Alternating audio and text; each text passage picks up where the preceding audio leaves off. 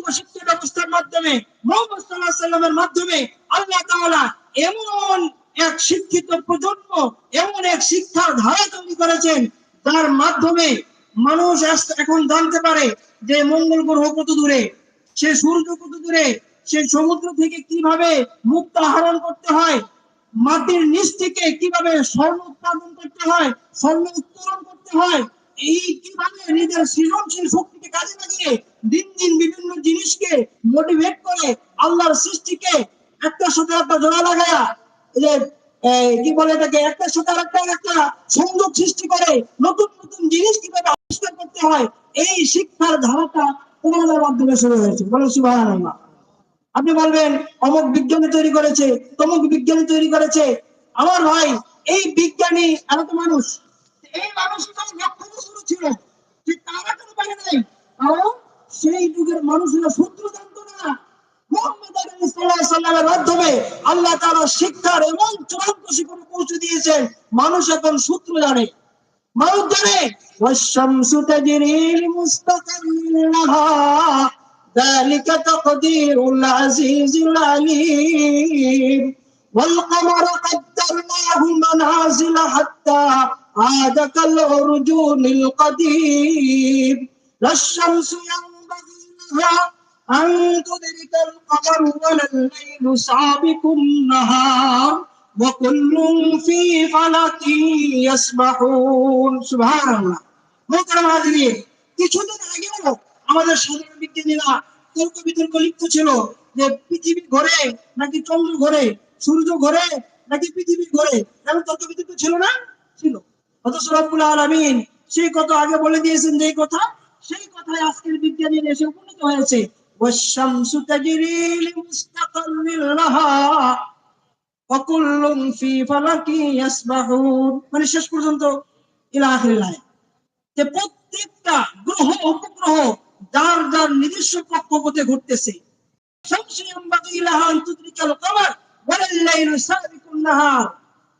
চন্দ্রের শক্তি নাই, সূর্যের অবস্থান ভেদ করে যাবে, সূর্যের শক্তি নাই, চন্দ্রের অবস্থানকে ভেদ করে যাবে। এই যে সূত্র, এখান থেকে আজকের আমরা যারা বিভিন্ন ভাবে শিক্ষিত, আমরা কোন সূত্র খুঁজে পাই সৌরজগতের, আমরা কোন সূত্র খুঁজে পাই এই ভূজগতের। মুহতারাম হাজিরিন, আল্লাহ রাব্বুল আলামিন এই শিক্ষা ধারাকে এলমে ওহীর মাধ্যমে, ঐশী শিক্ষার মাধ্যমে আদম আলাইহিস সালাম থেকে শুরু করেছেন। সেই শিক্ষার ধারাবাহিকতা পূর্ণাঙ্গতা রূপ ধারণ করেছে মুহাম্মদ সাল্লাল্লাহু আলাইহি ওয়াসাল্লামের মাধ্যমে। আদম আলাইহিস সালাম যখন পৃথিবীতে আসলেন, সেই সময়ে আমরা পৃথিবীর মানুষ সকলে ছিলাম শিশু শ্রেণীর ছাত্র। কি ছিলাম ভাই? শিশু শ্রেণীর ছাত্র। একজন শিশু শ্রেণীতে যখন একটা ছেলে ভর্তি হয়, তখন তাকে কি করা হয়? তাকে কি শেখানো হয়? তাকে শেখানো হয় এটার নাম হচ্ছে আপেল, এটার নাম হচ্ছে কমলা, এটার নাম হচ্ছে লেবু, এটা হচ্ছে আসমান, এটা হচ্ছে জমিন, এটা হচ্ছে ভাত, এটা হচ্ছে চাল, এটা কলম, তাই না? ঠিক তদ্রুপ এই পৃথিবীতে যখন আদম আলাইহিস সালাতু ওয়াস সালামের মাধ্যমে মানব জাতি সর্বপ্রথম আসলো, তারা সকলেই তখন ছিল কাঁচা মাথার মানুষ, শিশু শ্রেণীর ছাত্র। রব্বুল আলামিন হযরত আদম আলাইহিস সালাতু ওয়াস সালামের মাধ্যমে পৃথিবীবাসীকে বিভিন্ন জিনিসের নাম শেখানো আরম্ভ করলেন। সুবহানাল্লাহ। আদম আলাইহিস সালাতু ওয়াস সালামের মাধ্যমে আল্লাহ রাব্বুল আলামিন আমাদেরকে শিক্ষিত করার ধারা আরম্ভ করলেন। সূরাতুল বাকারা আল্লাহ ফরমান, ওয়া আল্লামা আদামাল আসমাআ কুল্লাহা সুম্মা আরাদাহুম আলাল মালাইকা। রাব্বুল আলামিন ফরমান, হযরত আদমকে আমি পৃথিবীর সমস্ত জিনিসের নাম শিখাইলাম, যার মাধ্যমে আদম আলাইহিস সালাম তার উম্মতকে পৃথিবীর সমস্ত জিনিসের সাথে পরিচয় ঘটাইলো। 2 নম্বর স্টেপে আসলেন হযরত নূহ আলাইহিস সালাম। হযরত নূহ আলাইহিস সালাম যখন পৃথিবীতে আসলেন, একটি সময় গিয়ে মানুষ এই পৃথিবীর জিনিসের নাম জানলো, এগুলোর ব্যবহার শিখলো, এবং ব্যবহার শিখতে গিয়া তারা এগুলোর সাথে এমন ভাবে সম্পৃক্ত হলো যে জিনিসের নাম জানলো, সৃষ্টির নাম জানলো, সৃষ্টি উপভোগ করলো, সৃষ্টিকে ভোগ করলো, কিন্তু তার স্রষ্টাকে ভুলে গেল। এই মুহূর্তে হযরত নূহ আলাইহিস সালাতু ওয়াস সালাম মানুষদেরকে জানাইলেন, ওয়াল্লাহু জাআলা লাকুমুল আরদা বিসাতা। হযরত নূহ আলাইহিস সালাতু ওয়াস সালাম বললেন, হে মানব জাতি, তোমরা যে আসমান দেখতে পাচ্ছ, তোমাদের আদি পিতা হযরত আদম আলাইহিস সালাম তোমাদেরকে যে আসমানের নাম শিখিয়েছেন, যে জমিনের নাম শিখিয়েছেন, তোমরা কি জানো সেই আসমান আর সেই জমিনের স্রষ্টা কে? সুবহানাল্লাহ। হযরত আদম আলাইহিস সালাম এসে স্রষ্টার পরিচয় জানাইলেন। যখন মানুষ তার স্রষ্টার পরিচয় জানবে, এবার মানুষের আরেকটু গভীরে ঢোকা দরকার, মানুষের আরেকটু উন্নত দরকার। সেই পর্যায়ে এসে হযরত ইব্রাহিম আলাইহিস সালাম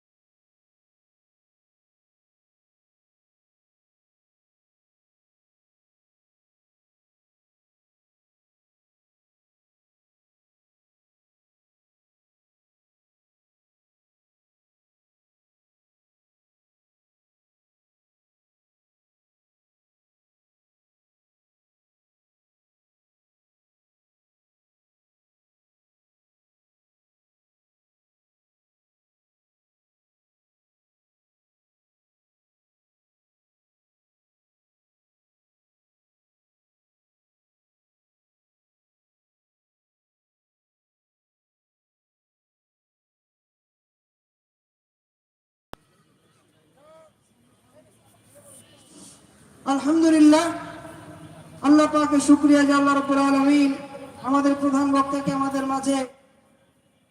মাঝে পৌঁছে দিয়েছেন বলে আলহামদুলিল্লাহ। আমরা সকলেই মাহফিল কমিটি এবং এলাকাবাসীর পক্ষ থেকে আমাদের প্রধান বক্তাকে স্বাগত জানাই।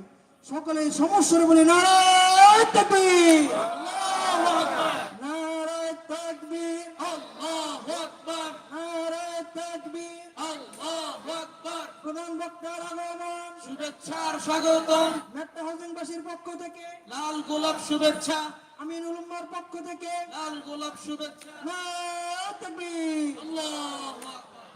আলহামদুলিল্লাহ, আমরা যারা খুব কষ্ট করে এতক্ষণ বসেছি সকলের প্রতি অনেক শুকরিয়া।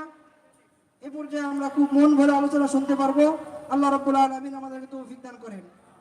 এই পর্যায়ে গুরুত্বপূর্ণ বয়ান পেশ করবেন টেকনাফ থেকে তেতুলিয়া, রূপসা থেকে পাথুরিয়া, সারা বাংলা আলোড়ন সৃষ্টিকারী প্রখ্যাত মুফাসসির কুরআন হযরতুল আল্লাম হযরত মাওলানা আবুল কাসেম আশরাফি দামাত বারাকাতুহুমুল আলিয়া। আমরা হযরতকে মেট্রো হাউজিংবাসীর পক্ষ থেকে গুরুত্বপূর্ণ বয়ান পেশ করার জন্য সবিনয় অনুরোধ করছি।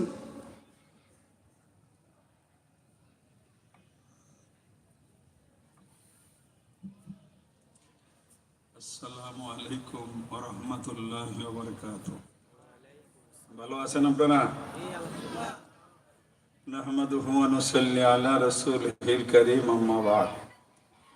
আউযু বিল্লাহি মিনাশ শাইতানির রাজীম। বিসমিল্লাহির রাহমানির রাহিম। ওয়াসসালামু আলাইয়া ইয়াওমা উলিদতু ওয়া ইয়াওমা আমুতু ওয়া ইয়াওমা উবআসু হাইয়্যা। وقال النبي عليه السلام تموتون كما تعيشون وكما تموتون تبعثون وكما تبعثون تحشرون أو كما قال النبي عليه السلام. درود شريف পড়েন সবাই। اللهم صل على محمد وعلى آل محمد كما صليت على إبراهيم وعلى آل إبراهيم إنك حميد مجيد. اللهم بارك على محمد وعلى آل محمد كما باركت على إبراهيم وعلى آل إبراهيم إنك حميد مجيد. مدرسة أمين الأمة الإسلامية বর্ষাবাজ মাহফিলের সম্মানিত সভাপতি, বিশিষ্ট সমাজসেবক, ধর্মনগরী মেট্রো হাউজিং জনাব আলহাজ আব্দুল কাদের সাহেব দামাত বারাকাতুহু। আসেনি আব্দুল কাদের সাহেব নাকি? আসেনি? জাকির ভাই কি আব্দুল কাদের সাহেব নাই? আল্লাহ ভাইয়ের হায়াতে বরকত দান করুক, সকলে বলি আমিন। আমিন।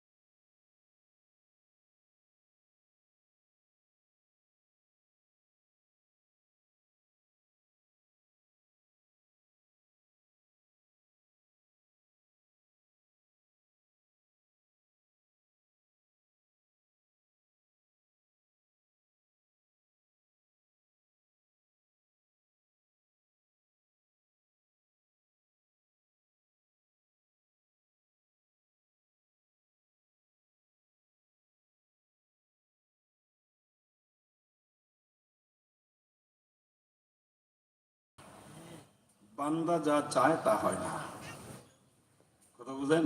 জি, বলেন আল্লাহ যা চায় তা হয়। আর বান্দা যা চায়। এই মেট্রো হাউজিং এর প্রত্যেকটা মানুষের স্বপ্ন, আমি যদি কোটিপতি হয়ে যাই, 10টা বাড়ি যদি আমার ঢাকা শহরে থাকে, তো কতজনের লাশ যায় কিন্তু বাড়ি তো করতে পারে না, কথা ঠিক না ঠিক? আবার কত মানুষ আছে 2 বছরে বাড়ি করে ফেলায়, আছে না নাই? আছে। চাহিদা সবার আছে, কিন্তু সবটাই কি পূরণ হয়? না। কি বলেন, পূরণ হয়?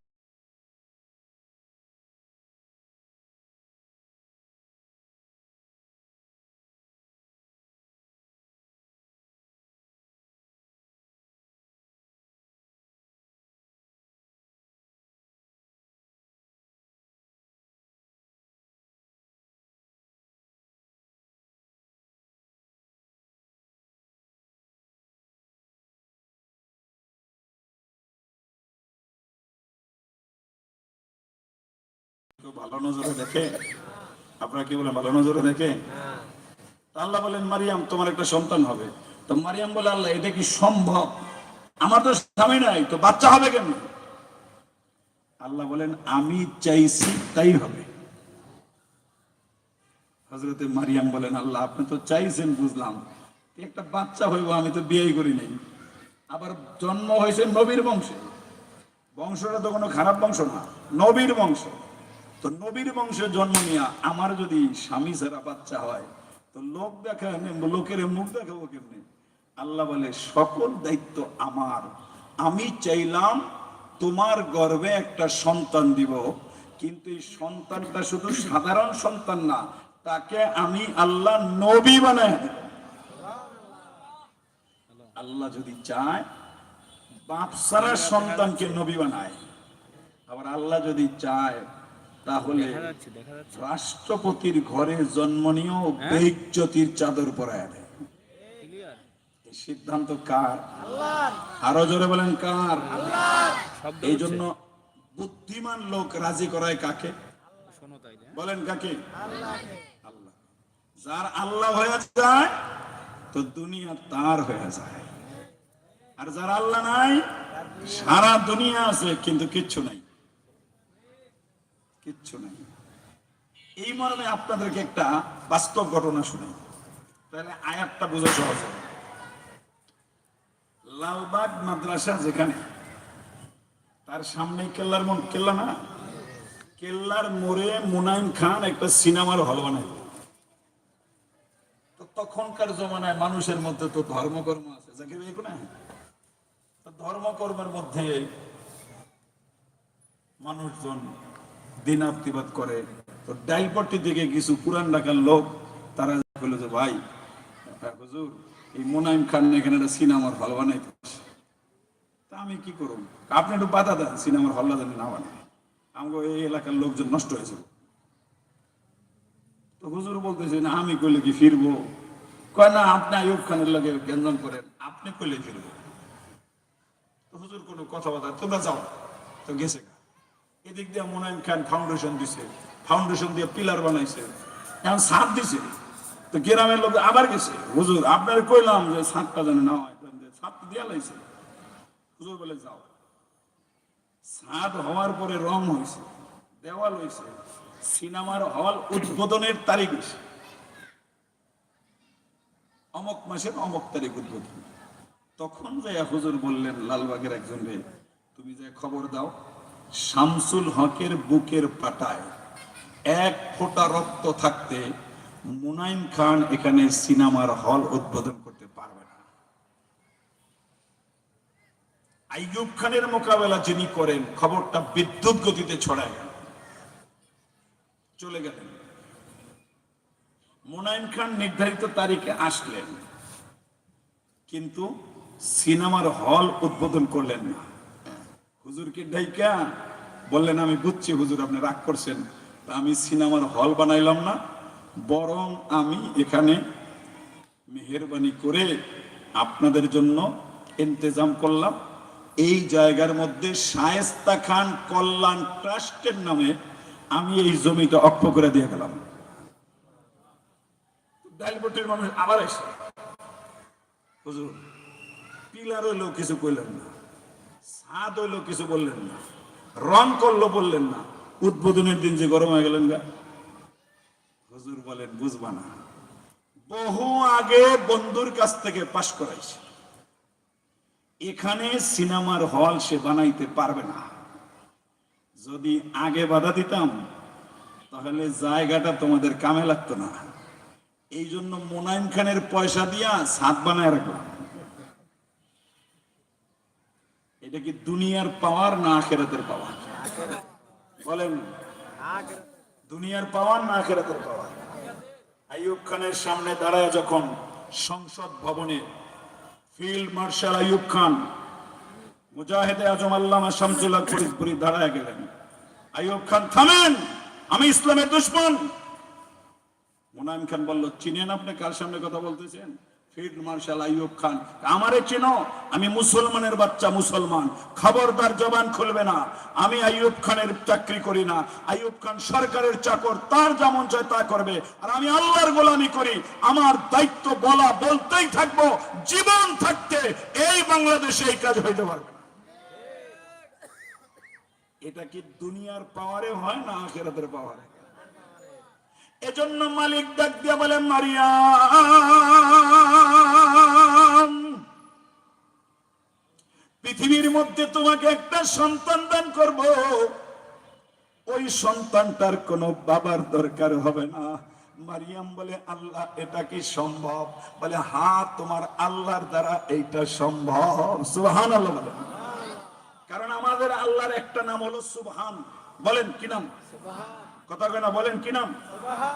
এই ওয়াজটা আপনারা শুনছেন কিনা জানা নাই, কিন্তু আজকের ওয়াজ বোঝার লাগে এটা লাগবে। সুবহান শব্দের বাংলা অর্থ হলো পবিত্র। সবাই বলেন সুবহান শব্দের বাংলা অর্থ কি? আবার বলেন কি? তা আমরা তো ঈশান নামাজ পড়লাম ওযু করে, ঠিক না বেঠিক? এটাও এক ধরনের পবিত্র।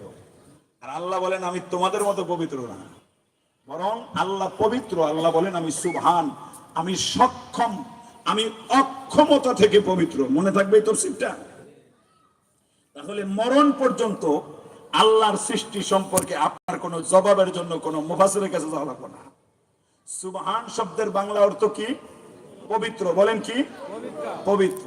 আল্লাহ বলেন আমি পবিত্র, অক্ষমতা থেকে পবিত্র, আমি হইলাম সক্ষম। আমি পবিত্র, আমি দুর্বলতা থেকে পবিত্র, আমি হইলাম সবল। আমি পবিত্র, আমি পরমুখাপিকিতা থেকে পবিত্র, আমি হইলাম স্বয়ং সম্পূর্ণ। কয়টা ব্যাখ্যা করলাম? তিনটা। এক নম্বর কি? আল্লাহ পবিত্র, দুর্বলতা থেকে পবিত্র। আল্লাহর অভিধানে দুর্বলতা বলে সবল নাই, শব্দ নাই। আল্লাহ হইলেন সবল। আল্লাহ পবিত্র, অক্ষমতা থেকে পবিত্র। আল্লাহ হইলেন সক্ষম। অক্ষম বলতে কোনো শব্দ আল্লাহর অভিধানে নাই। তিন নম্বর, আল্লাহ পবিত্র, পরমুখাপিকিতা থেকে পবিত্র। আল্লাহ হইলেন সবল, স্বয়ং সম্পূর্ণ, সক্ষম। তো যিনি সক্ষম হন, সবল হন, স্বয়ং সম্পূর্ণ হন, তার কোনো কাজ করার জন্য কাউরে লাগে? কথা কেনা লাগে? আল্লাহ যে ফেরাউনকে ডুবে মারছে, এজন্য কি দুইটা বাহিনী লাগছে? আপনারা কি বলেন লাগছে?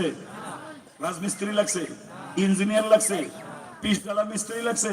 আল্লাহ বলছে হয়ে গেছে কেন? আল্লাহ হলো সক্ষম, আল্লাহ হলেন সবল, আল্লাহ হলেন স্বয়ং সম্পূর্ণ, বললেই হয়ে যায়। এজন্য মালিক ডাক দিয়া বলে, মারিয়াম তোমার আল্লাহ সবল আল্লাহ, তোমার আল্লাহ সক্ষম আল্লাহ, তোমার আল্লাহ হইলেন স্বয়ং সম্পূর্ণ আল্লাহ।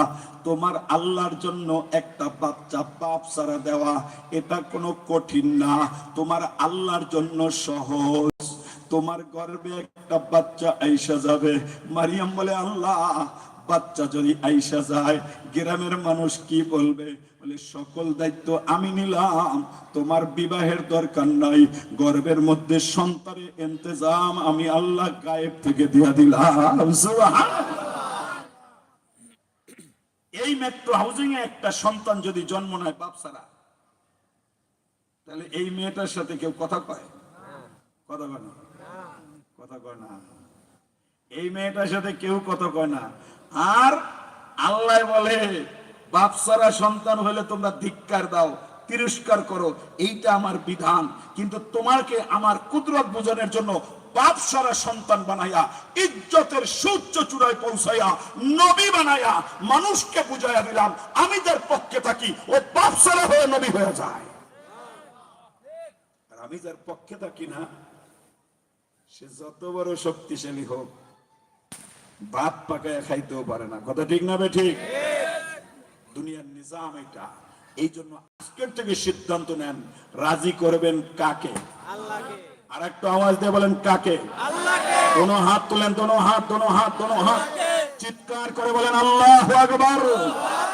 আরো জোরে বলেন আল্লাহু আকবার। আমার আল্লাহ বড়, আল্লাহর গুণগান গান।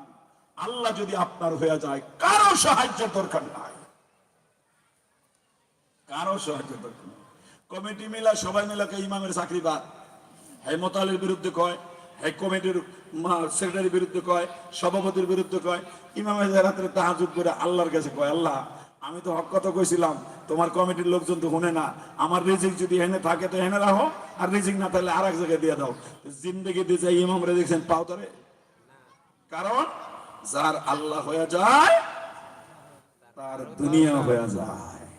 যার আল্লাহ নাই, সারা দুনিয়া মিলা 2 পয়সার উপকারও করতে পারে না।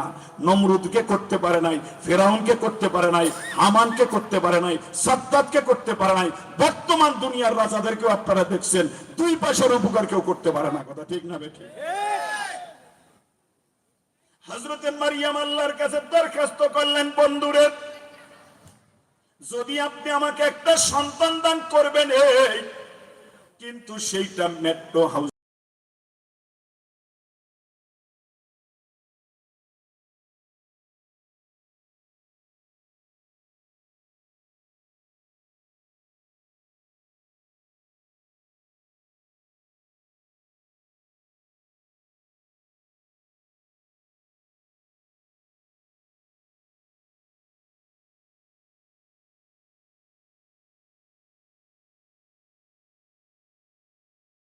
তো বসিলা নদীর থেকে হয়, পুকুর থেকে হয়।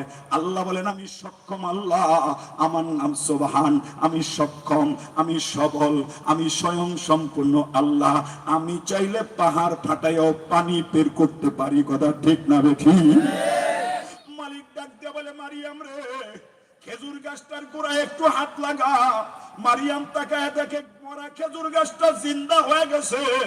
মারিয়াম বলে, আল্লাহ তোমার কুদরত বুঝলাম না, দেখলাম তো গাছটার ডালপালা নাই, ও তো জেতা হয়ে গেল, কেমনে সম্ভব আপনি বলবেন। আল্লাহ বলে, আমি সুবহান, আমার নাম সক্ষম, আমি সবল, আমি দুর্বল নাই, আমি সবল, আমি সক্ষম, আমি স্বয়ং সম্পূর্ণ। আমি চাইলে মরা গাছকে জিন্দা করতে পারি। কথা ঠিক না বেঠি? আমি যদি চাই রাষ্ট্রপতির ছেলেরে বেইজ্জতি করি, আবার আমি চাইলে মেতরের ছেলেকে রাষ্ট্রপ্রধান বানাইয়া পরে মসনদে বসাইয়া দুনিয়ার মানুষকে দেখাইয়া দেই ইজ্জতের মালিক আমি আল্লাহ, বেইজ্জতি মালিকও আমি আল্লাহ। কথা ঠিক না বেঠি? লম্বা কথা তো বলা যাবে না, তো বাচ্চা হয়ে গেল আজকে। বাচ্চা হওয়ার পরে বাচ্চা দেখে তো হযরতে মারিয়ামের মন খুশি, কারণটা বাচ্চাটা তো সুন্দর, নবী না। আরে নবী পৃথিবীতে, আপনারা এটা জেনে রাখেন, পৃথিবীতে যত নবী আল্লাহ পাঠাইছেন প্রত্যেক নবী তার জমানার সুন্দর। প্রত্যেক নবী, হযরত আদম নবী তার জমানার সুন্দর, ঈসা নবী তার জমানার সুন্দর, মুসা নবী তার জমানার সুন্দর। তো হযরত ঈসা জন্ম নিয়েছেন সবচেয়ে সুন্দর, দেখেই হযরত মারিয়ামে আল্লাহ এত সুন্দর বাচ্চা দিলেন। আর আমাদের নবী যে কত সুন্দর ছিল, এটাকে আপনাদেরকে বুঝাই আমি পারবো বলে? 210 রাত ওয়াজ করলে কি হইব? এটা হবে? বুঝানো যায় না, বুঝানো যায় না, বুঝানো যায় না, বুঝতে হয়। বুখারী থেকে একটা ঘটনা আপনাদেরকে শোনাই। রাসূলুল্লাহ একদিন ওয়াজ করতেছেন, একজন ইহুদির ছেলে রাস্তায় খাড়াইয়া নবীর ওয়াজ শুনতেছে। ছেলে তো ইহুদির, ও প্যান্ডেলে ঢুকে না, বাইরে যায় খাড়াইছে। এই জন্য আমি আমার মাহফিলে এই হাদিস, যেই দিন থেকে এই ঘটনা আমি শুনছি পড়ছি, সেই দিন থেকে আমি কোনো বাচ্চাদেরকে প্যান্ডেলে ঢুকতে বলি না। ওরা ঢুকতে বললে ও বাইরে যাবো গা, শুনবো। ওর যখন মনের ভাব হইব তখন প্যান্ডেলে বলবো, কথা ঠিক না বেটি? ওটা পরিচালক সারাদিন কইলেও কোনো লাভ হইব না। খালি হুজুর আসেন আসেন, সবাই বসেন, সবাই বসেন। তুমি সারাদিন কইলে যদি বইতো তাহলে বক্তা তো দরকার ছিল না। যার বসেন এমনি বইবো, যার বহান না তুরি বই শুনো, শুনলেই লাভ।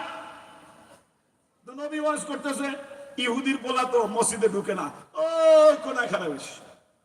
রাসূল জিগায়, বাচ্চাটা যখন দাঁড়িয়ে রয়েছে আমার দিক তাকান। রাসূল যখন বয়ান করতেন এমনি তাকাইতেন। প্রত্যেকটা মানুষের চেহারা নবী দেখতেন, ওই চেহারার কথা নবীর পরের জীবনে মনে থাকতো। বলেন সুবহানাল্লাহ। বাচ্চাটা তো ছোট, নবীর নজর যখন পড়ছে, বরকতির নজর না, এই নজরেই বাচ্চার কলিজার মধ্যে রবের পক্ষ থেকে হেদায়েতের নূর চলে গেছে। এখন বাচ্চা বাড়ি যায় কিন্তু নবীরে না দেখে থাকতে পারে না। ও মাঝে মাঝে নবীর কাছে আসে, ওই 2-4 কথা বাইরে বাইরে হই না জায়গা, কিন্তু 1 সপ্তাহ আসে না। 1 সপ্তাহ যখন না আসলো, তখন এখন রাসূলের একজন মুসল্লি যদি 5 ওয়াক্ত নামাজ সামনের কাতারে পড়ে, এই মুসল্লি যদি 1 সপ্তাহ মসজিদে না আসে, তাহলে ইমাম সাহেব খবর লয় না, ভাই এই মুসল্লিটা কি হলো? তো নবীজি গায়, সাহাবী, ওই যে একটা বালক যে কোনার মধ্যে খাড়াই, তো দেখছো না তোমরা? হাত দেখছি তো, দেখো তো কি খবর। তো গেছে ইহুদির বাড়িতে, যায় দেখে বাচ্চা অসুস্থ, বিছনা করে রয়েছে। হ্যাঁ, সাহাবী বললেন, নবী গো, বাচ্চাটা তো জ্বর, বিছনা করে রয়েছে। নবী বলেন, আমার মন চায় রে ওর একটু দেখতে যাই, ওর সাথে আমার খুব মহব্বত। যার সাথে নবীর মহব্বত লাগে তাকে কি আল্লাহ জাহান্নামে জ্বালাইতে পারে? পারে? নবী আমার তার বাড়ির মধ্যে চলে গেলেন। ইহুদি জিজ্ঞেস করে, ও মুহাম্মদ, কি মতলব লই আমার বাড়ি আইলা? রাসূল বলে, মতলব নয়, তোমার বাচ্চাটারে একটু দেখতে আসলাম, চলো একটু বাচ্চার কাছে নিয়ে যাও। যখন বাচ্চার কাছে নিয়ে যায়, আল্লাহর নবী বসলেন, নিজের বরকতি মহব্বতের হাতটা ওর কপালে রাখলেন। নবী জিজ্ঞেস করে, বালক রে, তোর শরীরটা কেমন?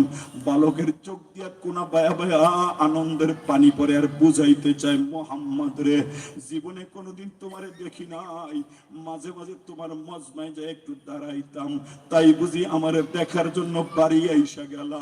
তোমার মতো এত ভালো মানুষ আর মদিনায় নাই।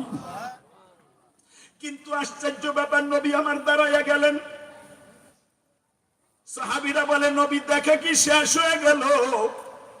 বলে না, সাহাবীরা টেস্ট হয় নাই, বাচ্চার অবস্থাটা তো তেমন ভালো না, কি খবর? বলে, বাচ্চাটা মারা যাইব আর 3 মিনিট সময় আছে। কথার কথা, হ্যাঁ সাহাবী, বাচ্চাটা মরে যাব, সময় নেই। আমার তো আর একটু উপকার করতে মন চায়। তো সাহাবীরা বললেন, আর কি উপকার করবেন? মরে যাব। আপনি যদি আমার 1 লাখ টাকা দেন, একদিন শেষ হইব না? আমি যদি আপনার 1 লাখ দিই, একদিন শেষ হইব না? এটা দুনিয়ার উপকার, এটা দুনিয়ার উপকার, মনে রাখবেন। আর আপনারে বুঝাইয়া কোন ইমাম, কোন মুয়াজ্জিন, কোন আলেম, কোন তাবলীগী কোন পীরের মুরিদ যদি আপনাকে জাহান্নামী কাতার থেকে নামটা কাটাইয়া জান্নাতি লিস্টে লিখতে পারে, এটা অনন্ত অসীমকালের উপকার যা কোনোদিন শেষ হওয়ার নাই। আর এই মিশনটা বাস্তবায়ন করে সর্বপ্রথম উলামায়ে হাক্কানি। ঠিক না ঠিক? এই জন্য আপনি ভালো কান মন্দ কান মেম্বারে যে সুদের বিরুদ্ধে বলবেই, খাওয়াইবেন আপনি, পড়াইবেন আপনি, হাদিয়া দিবেন আপনি, আবার মেম্বারে কথা বলে দেখবেন আপনার বিরুদ্ধে গেছে। কথা ঠিক না ঠিক? সত্য না মিথ্যা? এদের মতো ভালো জেনারেশন নাই, উলামায়ে কেরামের মতো এইরকম জেনারেশন পাবেন না যারা আপনাদেরকে জান্নাতি পথ দেখায়া জাহান্নামী কাতার থেকে নাম কাটাইয়া জান্নাতের লিস্টে নাম লেখায়। সরকারে দু আলম নবী বললেন সাহাবীরে, আমার মন চাই ওর একটু কালিমা পড়াইয়া জান্নাতি বানাইয়া দেই। সাহাবায়ে কেরাম প্রস্তাবের মধ্যে একমত হইলেন। আল্লাহর নবী আবার যাইয়া তার কাছে বসলেন। এবার কাছে বইসা বলে, এই বালক, এই বালক, একটু কালিমা পড়। কিন্তু বালকটা বলে, ও পয়গম্বর, ওই যে আমার বাবা বড় শক্ত, সে তো কালিমা পড়তে দিবে না। নবী তো দেখতেছে সময় নাই। আবার নবী বললেন, বালক তুই কালিমা পড়। এবারও বাচ্চা কালিমা পড়ে না। এবার নবীর আওয়াজটা আগের চাইতে একটু মোটা হইয়া যায়। আল্লাহর নবী বলেন, এই বালক, তোরে না বললাম কালিমা পড়, সময় আর বাকি নাই। পড়লে পর সময় কিন্তু বাকি নাই। বালক বুঝা ফলাইছে, সরকার তো কোনদিন মিথ্যা বলে না রে। ডাক দিয়া বলে, ওগো সরকার, হাত বাড়াইয়া দিলাম রে, আপনি আমাকে একটু কালিমা পড়াইয়া দেন। এই বাবা, খেয়াল করে তোমরা শোনো। শুধু কালিমা পড়লো, শুরু করলো মুহাম্মাদুর রাসূলুল্লাহ। এই লুল্লাহর লামের হা যখন শেষ হয়ে যায়, মুহূর্তের মধ্যে আজরাইল তার জানটা কবজ করে ফেলায়। আল্লাহর পয়গম্বর বললেন, সাহাবীরে, কালিমা শেষ করার পর আজরাইল জানটা কবজ করছে। আমার বালকটা চিরদিনের জন্য জাহান্নাম থেকে মুক্ত হয়ে গেছে।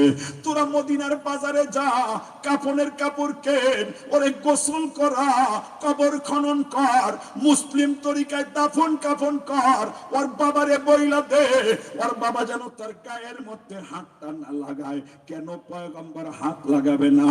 বলে, ওর বাবা নাপাক কাফির, আর আমার বালকটা এখন পাক ও মুসলমান। তোরা একটু মদিনায় খবর লাগা, ওর জানাজা শেষ না কইরা মুহাম্মদ মদিনায় যাইতে চায় না। সুবহানাল্লাহ।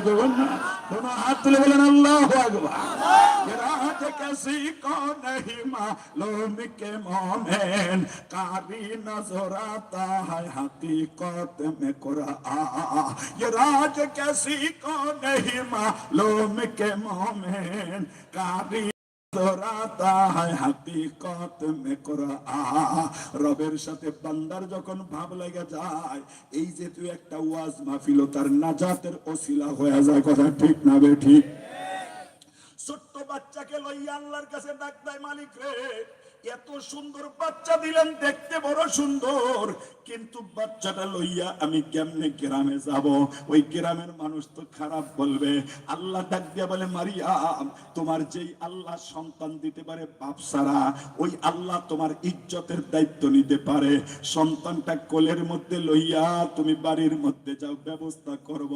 মারিয়াম একদিনের বাচ্চা বুকের মধ্যে লইয়া গ্রামে ঢুকতে যায়। মাতুব্বার সর্দার ডাক দেয়, এই মারিয়াম, খবরদার খবরদার খবরদার খবরদার, ঘরের মধ্যে ঢুকবা না। কেন ঢুকবো না? মা তো তোমার চরিত্রহীন না, নবীর বংশে জন্ম হইছো, জাকারিয়া নবীর বাড়িতে বড় হইছো, তোমার গর্ভে বাচ্চা কোথা থেকে আসলো, বাবার পরিচয় দাও। মারিয়াম বলে, কথা বলতে পারবো না, যদি কিছু জানতে হয় এই বাচ্চার কাছে জিজ্ঞেস করো। অট্ট হাসি দিয়া মানুষ বলে, এই মারিয়াম, ঠাট্টা করো নাকি? একদিনের বাচ্চা কি কোনোদিন কথা কয়? ছোট্ট বাচ্চার ডাক দেয়, ইন্নী আব্দুল্লাহ আতানিয়াল কিতাব ওয়া জাআলানি নাবিয়্যা। ও বন্ধু আমার, খবরদার, মায়ের সম্পর্কে কোন মন্তব্য জানতে চাই না। আমি ঈসা আল্লাহর বান্দা, শুধুমাত্র আল্লাহর বান্দা না, রিসালাতের কাতারে নামটা লেখাইয়া নবী বানাইয়া আমার আল্লাহ তোমাদের হেদায়েতের জন্য এই দেশের মধ্যে পাঠাইছে। মা সম্পর্কে মন্তব্য করবা না, খবরদার জিহ্বাটাই না সিরা ফেলাইব। সমস্ত মানুষগুলো নিস্তব্ধ হইয়া যায়। একদিনের বাচ্চা কথা কয়, আপনি বলবেন কেমনে সম্ভব? আল্লাহ বলেন আমার নাম সুবহান, আমি সক্ষম আল্লাহ। আমার নাম সুবহান, আমি হইলাম সবল আল্লাহ। আমার নাম সুবহান, আমি হইলাম স্বয়ং সম্পূর্ণ আল্লাহ। আমি যদি চাই একদিনের বাচ্চা দিয়েও কথা বলাইতে পারি। কথা ঠিক না বেঠিক? আপনার কি কথা বুঝেন না বুঝেন না? আসলে বুঝতেছেন? দোনো হাত তুলবেন, একটু শক্তি দিয়ে বলবেন আল্লাহু আকবার। আরো জোরে বলেন আল্লাহু আকবার। যুবক বন্ধু, বৃদ্ধ বাবা, হযরতে মারিয়ামের সন্তান জন্ম নিল। আপনার আমার কথাটা বুঝা থাকলে বলেন, হাসপাতাল যাইতে হইল? কথা কয় না। ডাক্তার লাগলো? সিজার লাগলো?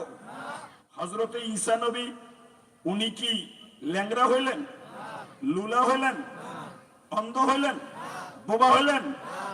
স্বয়ং সম্পূর্ণই না। পৃথিবীর জমিনে সবচাইতে উন্নত চরিত্রের মানুষ হলো নবীগণ। কথা ঠিক না বেঠিক? বাপ সারা সন্তান নবীর লিস্টে নাম লেখাইছে, এর চাইতে আশ্চর্য কি হইতে পারে? সন্তান যখন হয়ে গেল, ঈসা নবী আল্লাহর কাছে একটা দোয়া করলেন, যেই দোয়ার আয়াতটাই আপনাদের সামনে আমি পড়ছি। আসসালামু আলাইয়া ইয়াউমা উলিদতু ওয়া ইয়াউমা আমুতু ওয়া ইয়াউমা উবআতু হাইয়া। ওয়াসসালামু আলাইয়া ইয়াউমা উলিদতু ওয়া ইয়াউমা আমুতু ওয়া ইয়াউমা উবআতু হাইয়া। ও বন্ধু আমার, জন্ম দিলেন সুন্দর, এমন জন্ম সবাই ভাগ্যে হয় না। আপনি জন্মটা সুন্দর দিলেন। এবার আপনার কাছে দুইটা জায়গার নিরাপত্তা চাই। জন্ম যেরকম ডাক্তার ছাড়া দিলেন, সিজার ছাড়া দিলেন, এবার দুই জায়গার নিরাপত্তা চাই। এক নম্বর মরণ নিরাপত্তার চাই, হাসর নিরাপত্তার চাই। কয়টা জিনিস আল্লাহর কাছে চাইলেন? সবাই বলেন কয়টা? এক নম্বর, আমার মরণ যেন ইমানের মরণ হয়। এক নম্বর, আমার মরণ যেন নিরাপত্তার মরণ হয়, আমি যেন বেঈমান হয়ে মারা না যাই। দুই নম্বর, আমার হাসর যেন নিরাপত্তার হয়, ডান হাতে যেন আমল নামা পাই। আমি যদি এখানে 70 বছর একজন বুড়াকে জিজ্ঞেস করি, বাবা আপনার মনের আশাটা কি? তো সে বলবে, হুজুর একটু দোয়া করেন যেন ইমানের সাথে মরণ হয়। ঠিক না বেটি? একটা মানুষের হায়াতের শেষ দিক, তার মনের একটাই চাহিদা, ইমান লয়ে যেন কবরে যেমন যায়। কথাটা কি সত্য না মিথ্যা? ইমানের মরণ আমরা সবাই চাই না? হযরতে ঈসা নবী বলেন, আল্লাহ জন্ম সুন্দর দিয়েছেন, খুশি হইলাম, এবার মরণটা সুন্দর চাই, ইমানের মরণ চাই, যেন হাসর সুন্দর হয়ে যায়। এই মর্মে রাসূলের একটা হাদিস আমি আপনাদেরকে শুনাই। রাসূল বলেন, তামুতুন কামা তাইশুন, কর্ম যেমন মরণ তেমন।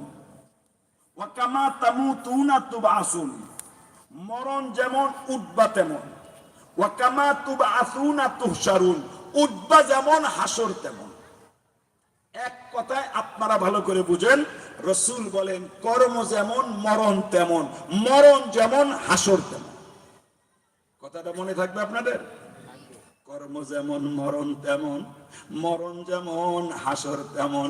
কর্মে যদি ভেজাল ঢুকাও বাবা, জীবনে কোনোদিন মরণ সুন্দর হয় না।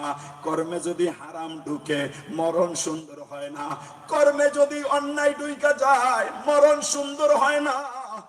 এই মেট্রো হাউসিং এর মায়েরা রে, ও যুবক বন্ধু, বৃদ্ধ বাবা, কর্ম যদি সুন্দর করতে চাও তাহলে মরণ সুন্দর করতে পারবা, হাসর সুন্দর হয়ে যাবে। আর কর্মে যদি হারাম ঢুইকা যায়, কর্মে যদি 2 নম্বরই ঢুইকা যায়, কর্মে যদি মিথ্যা ঢুইকা যায়, কর্মে যদি নামাজ রোজা না থাকে, জীবনে যদি আল্লাহ বিল্লাহ না থাকে, তাহলে ওই মানুষটার মরণ ইমানের মরণ হয় না। কর্ম যেমন মরণ তেমন। মদের ব্যবসা করবা তো মদ খাইতে খাইতে তোমার মরণ। এই মোহাম্মদপুরের কথা। মরে গেছে, আমি দিলাম ভাই একটু খবর মবর দিলেন না? খবর দেবো কি হুজুর, রাতের বেলা মদ খাইছে সকালে মরে গেছে, তাই জানা যায় আপনি কখন যায়? আমি মাদার পরে কি দেখলেন? কয়েক মহিলা মদ খাইয়া মায়া লয় নাচতেছে, মহিলা পুরুষ লইয়া নাচতে নাচতে মরে গেল। মায়ের সাংবাদিক রেজে গেছে, মরলো কেমনে? একটু অবার হয়ে গেছিল, চোখের সামনের কথা। আবহানি ক্লাব মান্ডা ফিরুজ শাহ এই মোহাম্মদপুরেই তো গান গাইতে গাইতে মরে গেল। আমি তখন ছাত্র। কর্ম যেমন মরণ তেমন, জীবনভর গান গাইবা, গান গাইতে গাইতে মরণ। জীবনভর চুরি করবা, করতে করতে মরণ। জীবনভর চাঁদাবাজি করবা, চাঁদাবাজি করতে করতে মরণ। জীবনভর কন্টাকে খুন করবা, আর এক কন্টাকে খুন করে তোরে মাইরা ফেলাইবে। কথা ঠিক না বে ঠিক? আর জীবনভর আল্লাহ আল্লাহ করবা, আল্লাহ আল্লাহ করতে করতে মরণ। জীবনভর 5 ওয়াক্ত নামাজ পড়বা, সেজদার মধ্যে মরণ। জীবনভর নামাজ পড়বা, মসজিদের মধ্যে মরণ। কোরআন বুকে লইয়া মরণ। জিকির করতে করতে মরণ। কর্ম যেমন মরণ তেমন, কর্ম যেমন মরণ তেমন। মরণ যদি সুন্দর করতে চাও, নিজের জীবনটা আল্লাহর গোলামিতে কাটানোর দরকার আছে না নাই? কথা কয় না, আছে না নাই? ও যুবক, কোন সাহসে চিন্তাই করতে যাও? চিন্তাই করলা তুমি, চুরির অপরাধ তোমার, আর একজনকে খুন করলা তুমি, আর একজনের মাল চাঁদাবাজি করে আনলা তুমি, হারাম। মদের ব্যবসা করলা তুমি, সব গুনাহ তোমার। আর দোতলা আরামের বাড়িতে ঘুমাইবে তোমার বিবি। তাহলে তোমার মতো বলদ এই দুনিয়ায় কেউ নাই। আর একজনকে সুখে রাখার জন্য রাস্তায় যে চিন্তাই করো, তোমার তো লজ্জাবোধ থাকা দরকার। যুবক, বউরে আইফোন কিনে দেওয়ার জন্য মালিকের টাকা চুরি করে, এমন কর্মচারী লাগে আমার লাগে দেখা হয়েছে। কথা বুঝেন না? বুঝেন না? হুজুর বউর জীবনের আশা, পারি না তো কি করুন, চুরি তো করলাম, অহন হইব কি? বাইতুল মুকাররম বইয়ের হয়েছে একবার 2001 সন। তখনকার মসজিদের সিনিয়র পেশ ইমাম হযরত মাওলানা মুফতি নুরউদ্দিন রহমাতুল্লাহ আলাইহি, ওনার বাড়ি আছিল শরীয়তপুর। আমার খুব মহব্বত করত। তো হুজুর এনে যায় দেখে বুড়া মানুষ, দাড়ি দাড়ি পাকা, কানতে আসে। হুজুর কা তুমি একটু থামো তো, আমি লোকজন বিদায় দিই।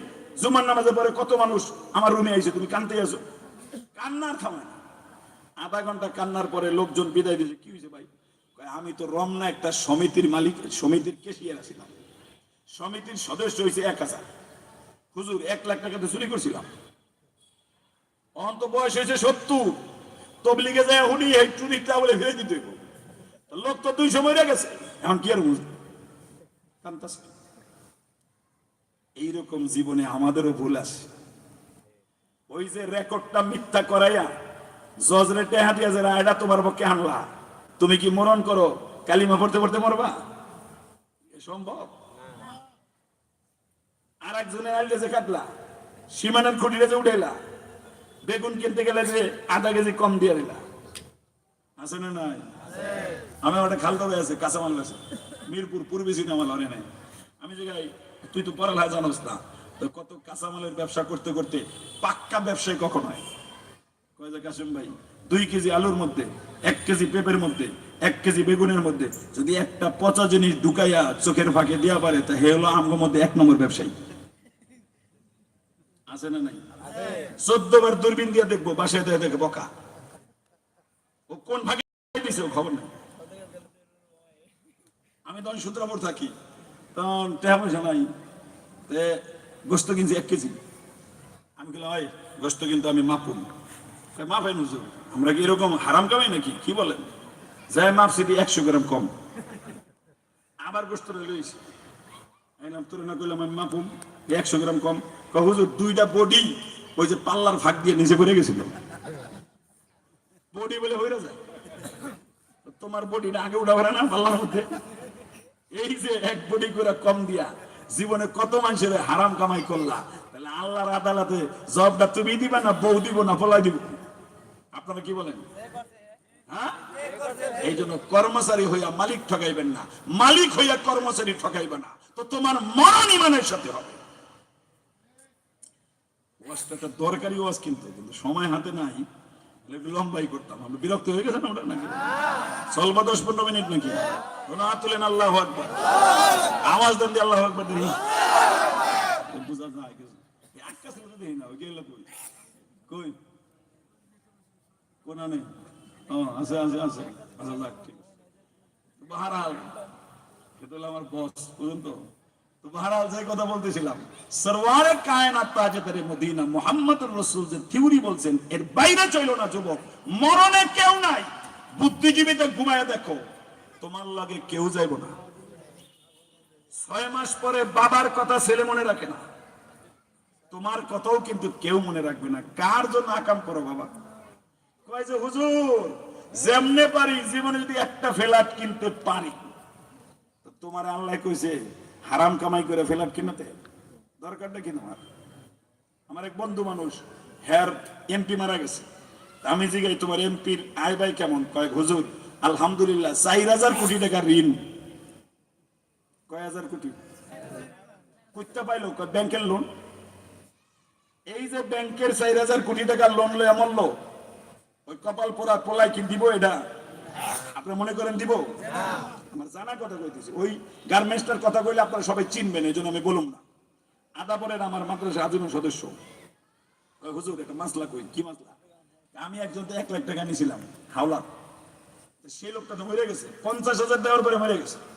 আরো 50,000 দিতে বাড়ি দাঁড়া গেছি। আর বাসায় যাওয়ার পরে এখন দারোয়ানে কয় এই বাসায় কোনো লোক নাই। আমি বললাম ভাই যোগাযোগের ব্যবস্থা দাও, কারণ আমি তো টাকা দিব, আমার কাছে টাকা পায় 50,000। দারোয়ান বিশ্বাস করে না। তারপর দিছে একটা নাম্বার, আমি ফোন দিলাম, ভাই আমি তো তোমার বাবার বন্ধু। 50 কয় কি কার বন্ধু? মেয়ে আমি তো আজিমপুর কবরস্থানে বাস করি। কারে ফোন দিছে? লোকটা জিদ করে আবার গেছে, যাই বেটা তোরে গেলাম বসের নাম্বার দিতে, তুই আজিমপুরের নাম্বার দিলি? স্যার আমার তো দোষ নাই, বসে কইছি যে আইবো পাওনা দেনাদার হোক এই নাম্বারে দিয়ে দিতে। কারণ যারা পাইবো অগো দিলাম না, আর যাদের তা পাইতো অগোটাও নিলাম না। ওটা বাবাই যা বোঝার বুঝে গেছে, আমি আর এটার মধ্যে নাই। এই জন্য যারাই আসে আজিমপুরের নাম্বার দিয়ে দিই। বড় শিল্পপতির কথা বলতেছে, বড় শিল্পপতি, নাম কইলে চিনবেন, এই জন্য বললাম না। ওই যে বাহাদুরি কইরা বউরে আরামের হাল লাগা 3টা ফ্ল্যাট লয়ে ঘুমাও, আর সকালবেলা জনগণের টাকা, সমিতির টাকা, চাঁদাবাজির টাকা লয়ে খাও, কবরে তোমার আরাম নাই। কথা ঠিক না? ঠিক। ঘুমায়া দেখো কেমন লাগে। ওই জায়গায় যায় দেখো জিব্বাটাই না আল্লাহ সিরা বলাই। তোরে কেডাই কইছে বসিরা ব্রিজে যা বড় বড় রুই মাছ কিনতে? তুই আলু ভর্তা দিয়ে ভাত খেতে পারলি না? আমার কবরে তো শান্তি পেত। আপনার কাছে এই ওয়াজটা পছন্দ নাও হইতে পারে, কথা ঠিক। আপনারা মনে করেন যে ওয়াজ করবো হুজুর সুবহানাল্লাহ কইলে কি সওয়াব হয়, জান্নাতে যাবো, হে ওয়াজ না দরকার। আকাম যে করলেন, সুদ যে খাইলেন, মানুষের টাকা যে নষ্ট করলেন, অফিসে বসে যে ঘুষ খাইলেন, কবরে আপনার বউও যাইব না, পোলাও যাইব না, যাইবেন আপনি বলদ। আপনি হালের বলদ হয়েছে তো খারাপ। কথাটা কি মিথ্যা কইতাছি?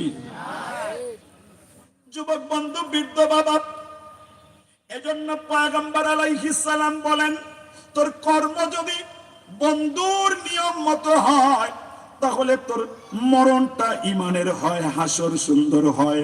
ঈসা নবী আল্লাহর কাছে দোয়া করে, আল্লাহ জন্মটা সুন্দর পাইছি, খুশি হইলাম, মরণটা সুন্দর চাই, যেন আমার হাসরটা সুন্দর হয়। মরণ যদি সুন্দর করতে চাও, আল্লাহর গোলামি দরকার আছে না নাই? নামাজ রোজা দরকার আছে না নাই? হজ যাকাত দরকার আছে না নাই? দান সদকা দরকার আছে না নাই?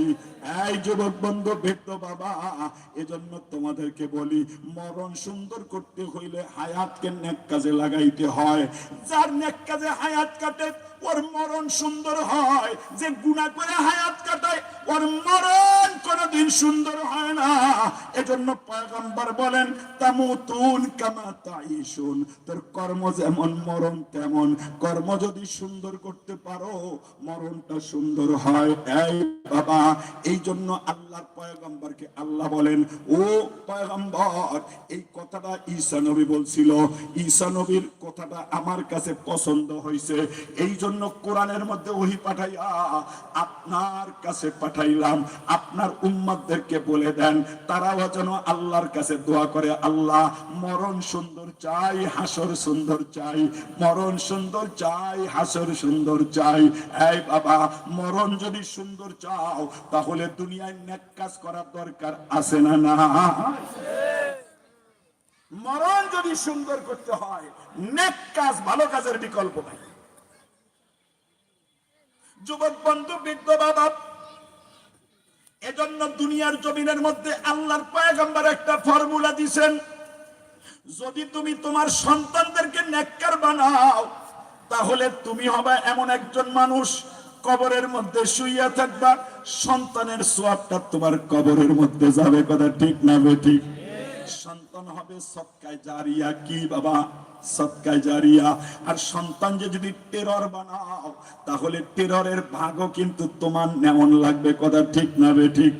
আফসোসের সাথে বলতে হয়, আফসোসের সাথে বলতে হয়, এমন বাবাও আছে পোলারে চান্দার টাকা আনতে পাঠায়।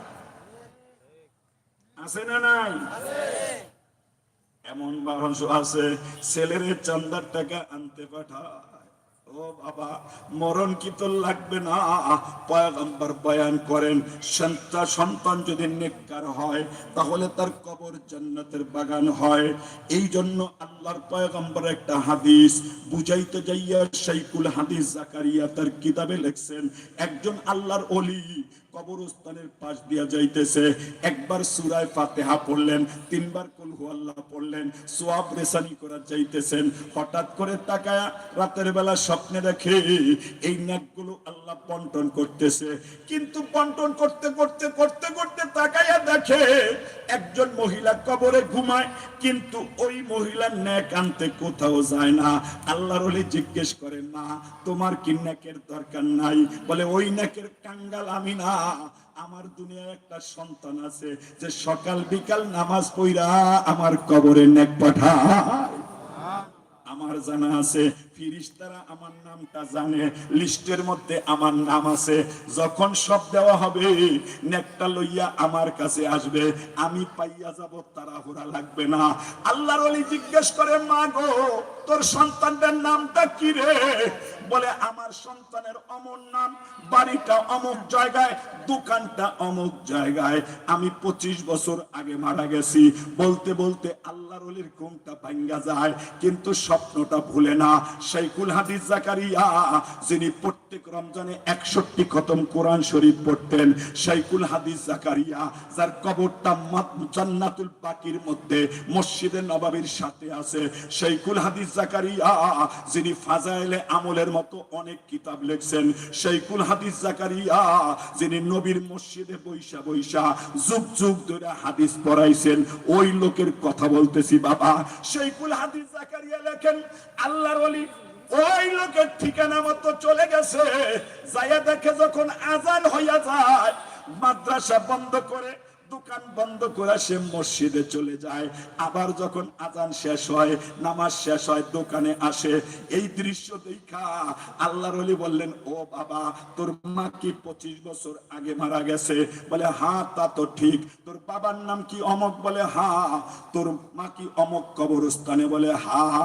জিজ্ঞেস করে আল্লাহর ওলি, তোমারে তো চিনলাম না, কোথার থেকে আসলা? বলে আমার বাড়ি অমক জায়গায়, তুই চিনবি না, কিন্তু তোর নেক কাজ বন্ধ করিস না, তোর নেকের ওসিলায় তোর বায়ের কবর আল্লাহ জান্নাতের বাগান বানায়া দিছে। ও বাবা, লোকটা চলে গেলেন, একটা সপ্তাহ গেল, আবার কবরস্থানের পাশ দিয়ে হাঁটলেন।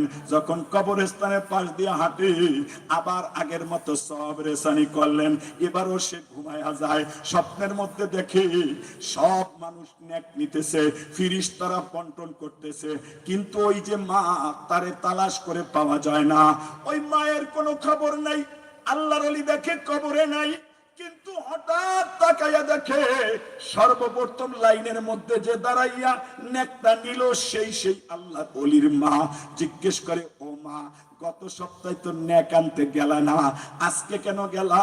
বলে ও বাবা তোরে বলি, গত সপ্তাহে যে সন্তানের ন্যাক নিয়ে বাহাদুরি করতাম, ওই সন্তানটা গতকালকে রাত্রে মারা গেছে।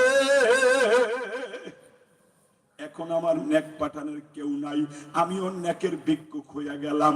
এজন্য ন্যাক আনতে গেছিলাম, আল্লাহর কাছে যাব, এই ওসিলায় যেন কবরটা জান্নাতের বাগান বানায়। এজন্য তোমাদেরকে বলি বাবা, যাদের দাদা দাদি নাই, বাবা বাবা মা বাবা নাই, ও বাবা আত্মীয় স্বজন কবরে মাঝে মাঝে সুয়া পইরা, মাঝে মাঝে দুরুদ পইরা, মাঝে মাঝে সূরা ইখলাস পইরা তাদের কবরে পাঠাইও, তো তোমার ছেলেও তোমার জন্য পাঠাইবে। কথা ঠিক না বেঠি? এজন্য নবী বলেন তোমার সন্তানটাকে নেককার বানাও।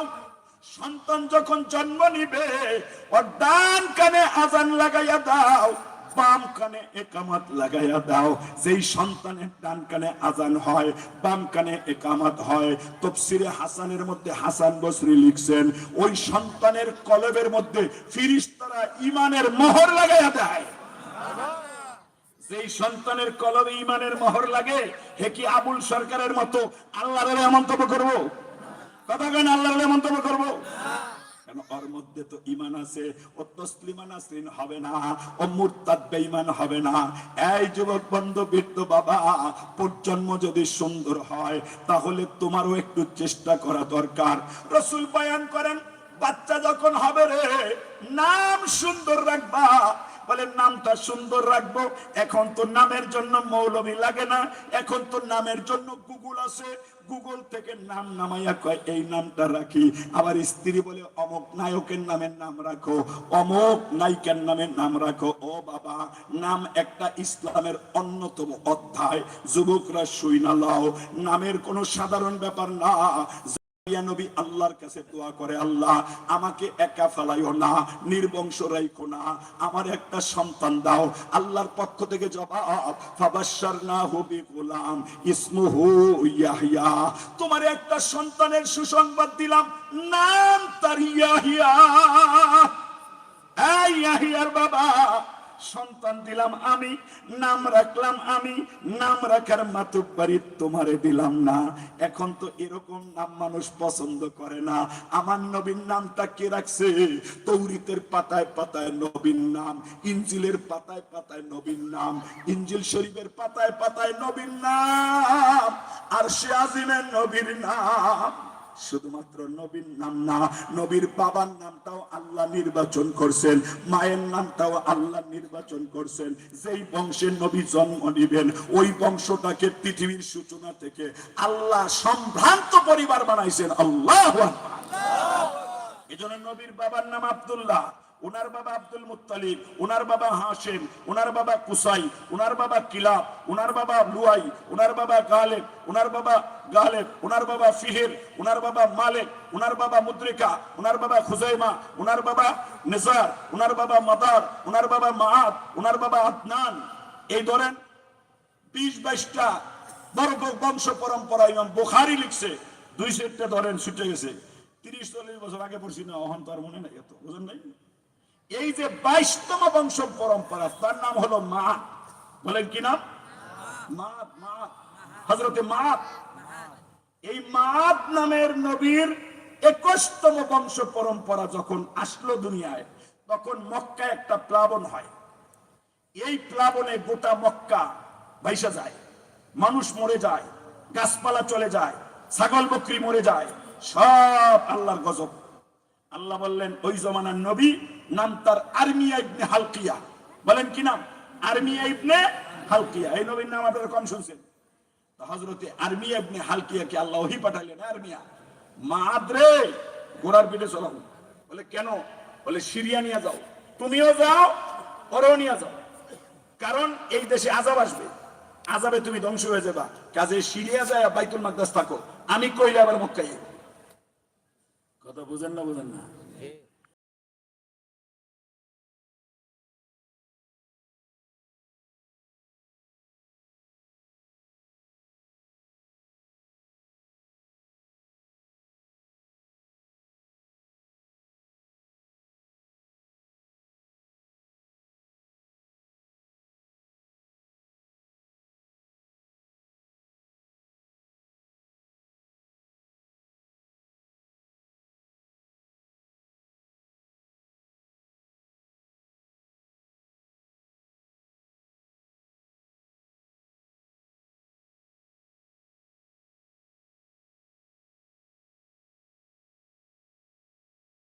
হবে।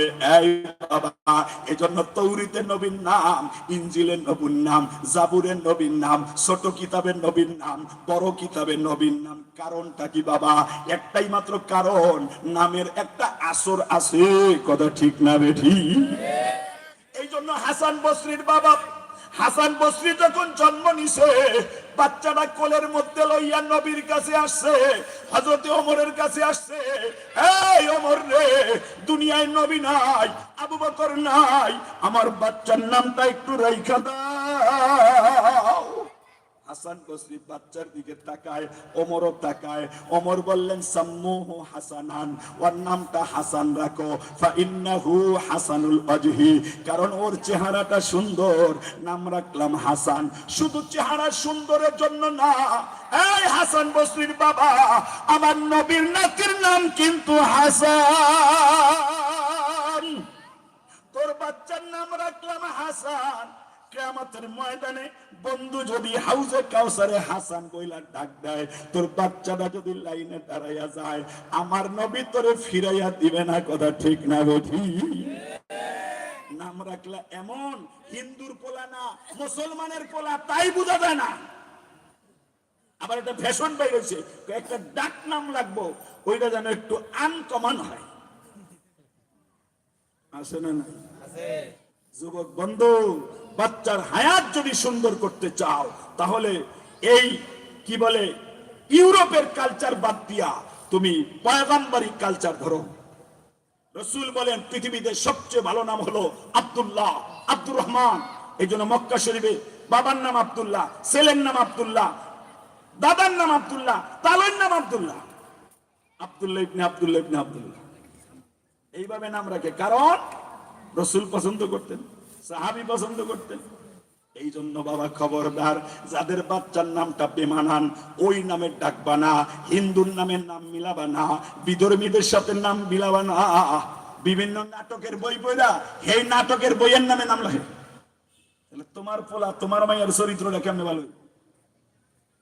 হাসান বসরি দুনিয়ায় এত দামি হইলেন, পৃথিবীর মধ্যে মারেফতের যত সবক হয়, চিশতিয়া, নকশবন্দিয়া, কাদরিয়া, এই যুবক বন্ধু, বৃদ্ধ বাবা, সকলের ওস্তাদ হলেন হাসান বসরি।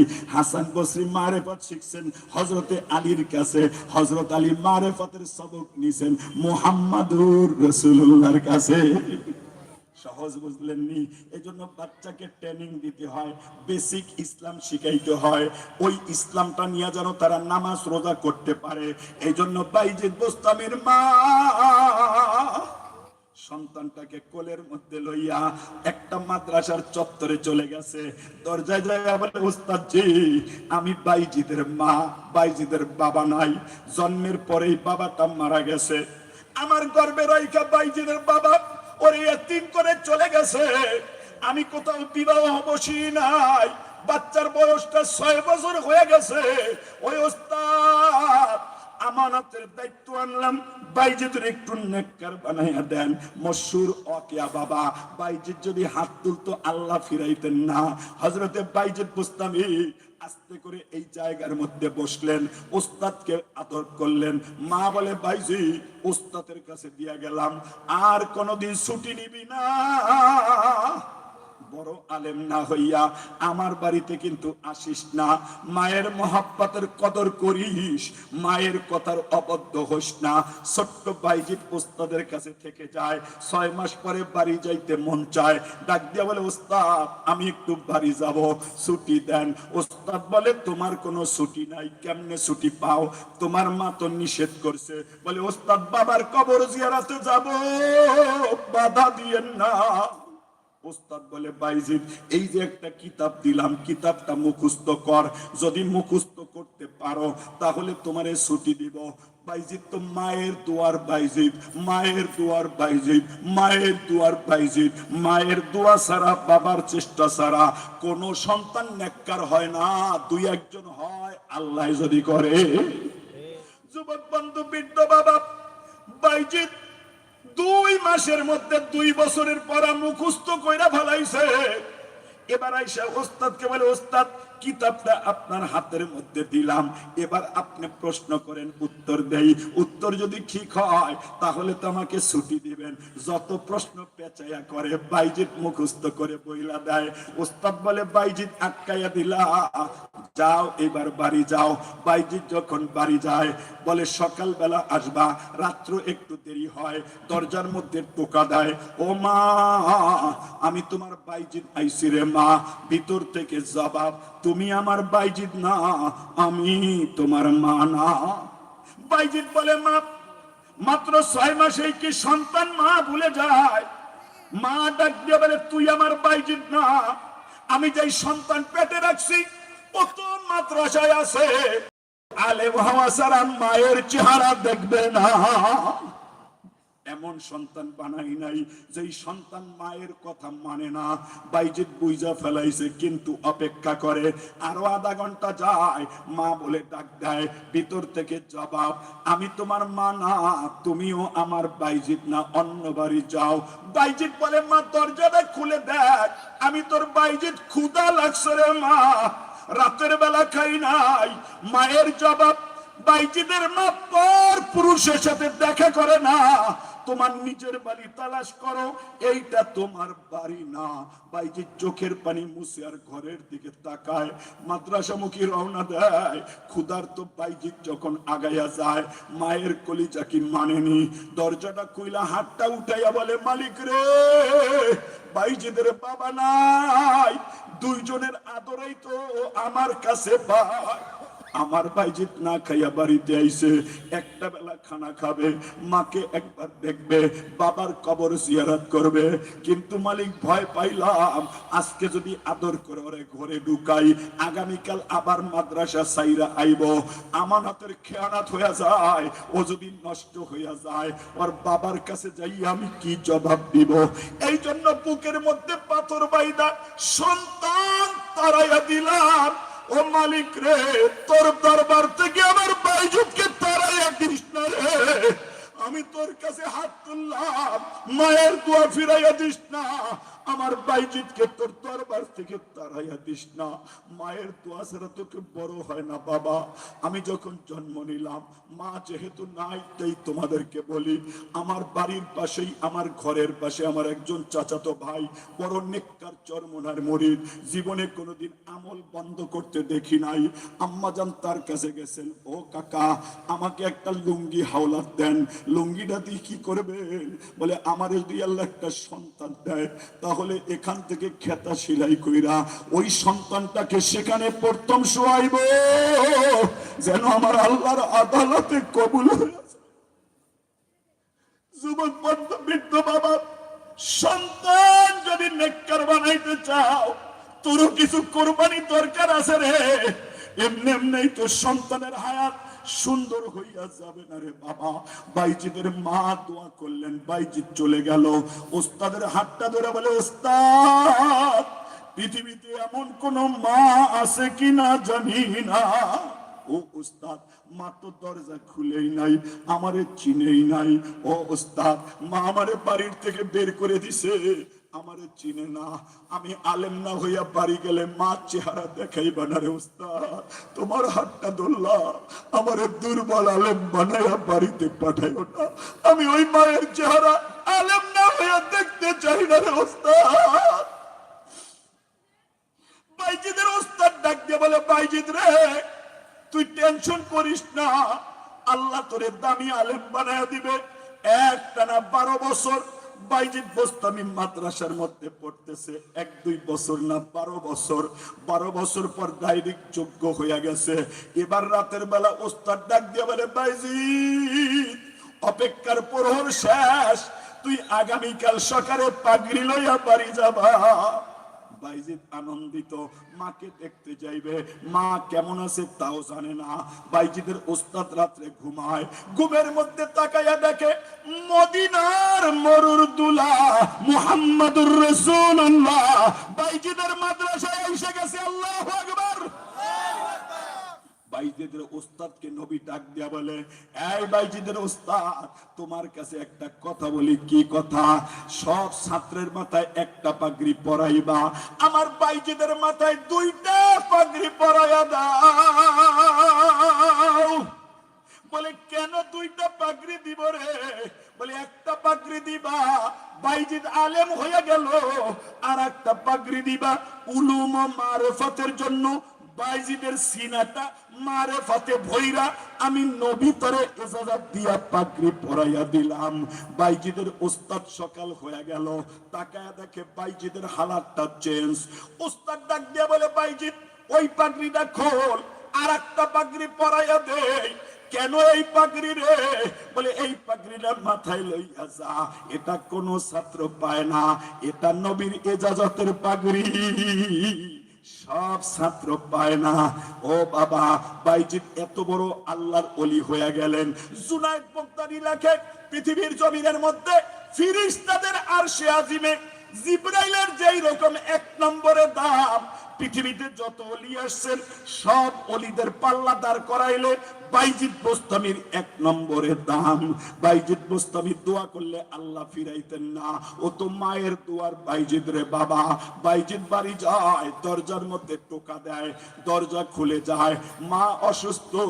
বাইজিদ রে বুকি নিয়ে বলে, বাইজিদ রে, তোর এই চেহারাটা দেখতেই তো আমি অপেক্ষা করতেছিলাম।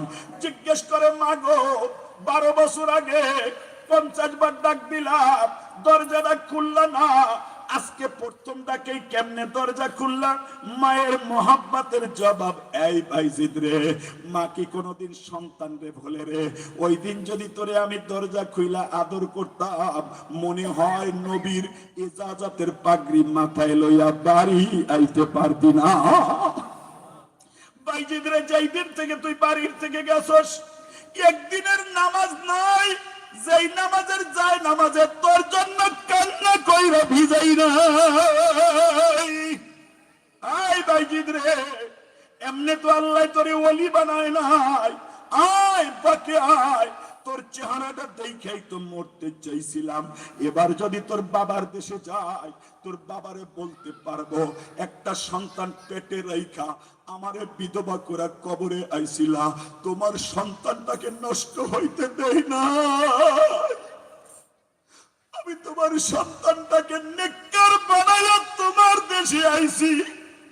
আই ভাইজি, এই জন্যই বুঝি আল্লাহ আমারে বাঁচাইয়া রাখছে। আয় বাবা, তোর কাছে একটা জিনিস জানতে চাই, আর তোর মা যদি হাউজে কাউসারের সামনে একটু আটকাইয়া যায়, বল বাবা বাইজিদ আমার একটু পানি দিবিনি?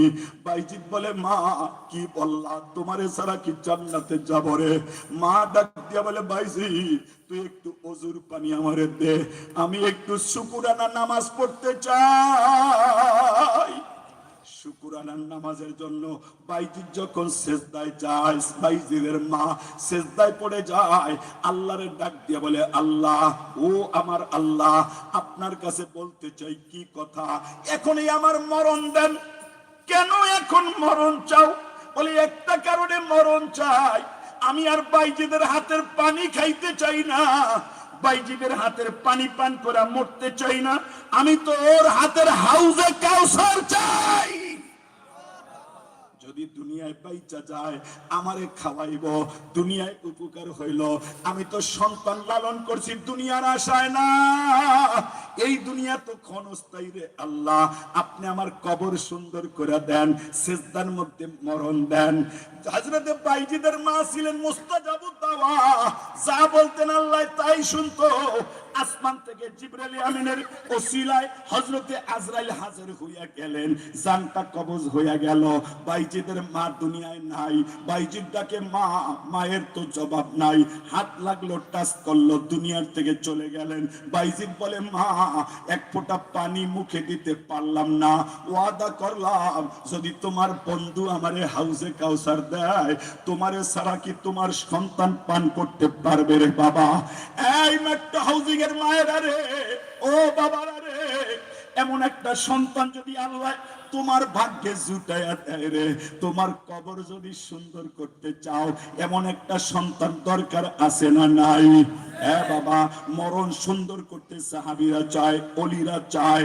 জীবন যদি নেক কাজে লাগাও, তাহলেই তো কবরটা সুন্দর হয়। পৃথিবীতে একজন আল্লাহর ওলি ছিলেন, নাম তার হাজ্জাজ আবেদ। হাজ্জাজ আবেদ একজন মানুষ রে বাবা। হাজ্জাজ আবেদ যাইয়া মসজিদের ইমাম আবু আব্দুল্লাহকে ডাক দেয়, আবু আব্দুল্লাহ, তুই আমার একটা কোরআন শরীফ হাওলাত দে, কিছুক্ষণ পর নিয়ে যাস। আবু আব্দুল্লাহ কোথার থেকে দিবে? একটাই কোরআন শরীফ তার কাছে ছিল, হাতের মধ্যে দিলেন। আবু আব্দুল্লাহ কোরআনটা নিয়া হাজ্জাজ আবেদ বাড়ি চলে যায়। কিন্তু আসরের নামাজে হাজ্জাজ আবেদ নাই, আসরে নাই, মাগরিবে নাই, এশাও পায় না। এশার নামাজ পড়া হযরতে আবু আব্দুল্লাহ হাজ্জাজ আবেদের তালাশে তার ভাঙ্গা ঘরের মধ্যে যায়। ঘরের মধ্যে যাইয়া দেখে হযরতে হাজ্জাজের কোনো খবর নাই। তাকায়া দেখে একটা খাটের মধ্যে, খিড়কির মধ্যে ওই যে কোরআন শরীফটা বুকে লইয়া হাজ্জাজ আবেদ আল্লাহর কাছে চলে গেছে। বুকের মধ্যে কোরআন। হাজ্জাজ আবেদের দিকে তাকায় দেখে চেহারাটা সুন্দর হয়ে গেছে, কোরআন শরীফ বুকে। কোরআনটা সরাইয়া রাইখা বলে, হাজ্জাজ রে, এই জন্যই বুঝি কোরআন লইয়া আইছিলি রে? তুই কোরআন বুকে লইয়া মারা গেলি রে, তোর কত কপাল ভালো। কিন্তু এখন এই রাতের বেলা কেমনে তোরে দাফন করব? গ্রামের আশপাশে তেমন কোন লোক নাই। হাজ্জাজ রে, সকাল বেলা তোরে দাফন করব, কাফনের কাপড়ও তো নাই। হযরতে হাজ্জাজ আবেদের সামনে থেকে আবু আব্দুল্লাহ যখন একটু দূরে যায়, হঠাৎ আসমানি বিজলির মতো আওয়াজ। ওই আওয়াজে দেখে আসমান থেকে কোথার থেকে জানো তিনটা কাপড়ের সেট মাটিতে পড়ে গেছে। আল্লাহু আকবার। কাফনের কাপড়ের সেটটা দেখা আবু আব্দুল্লাহ আশ্চর্য হইয়া গেল। হযরতে আবু আব্দুল্লাহ কাফনের সেট তিনটা হাতে নিলেন, সকালবেলা দাফন করবেন। যখন ফজরের নামাজে দাঁড়ায়, পিছনে সালাম ফিরাইয়া দেখে জমানার সবচাইতে বড় আলেম, বড় ইবাদতকারী মালিক ইবনে দিনার।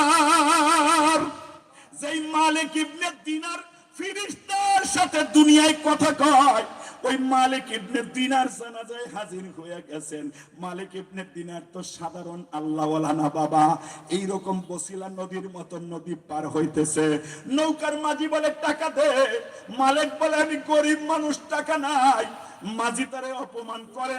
মালিক কোর্থানিত হইয়া হাতটা আল্লাহর কাছে তুইলা আল্লাহরে ডাক দে, আল্লাহ টাকা দে, মাঝি অপমান করতেছে।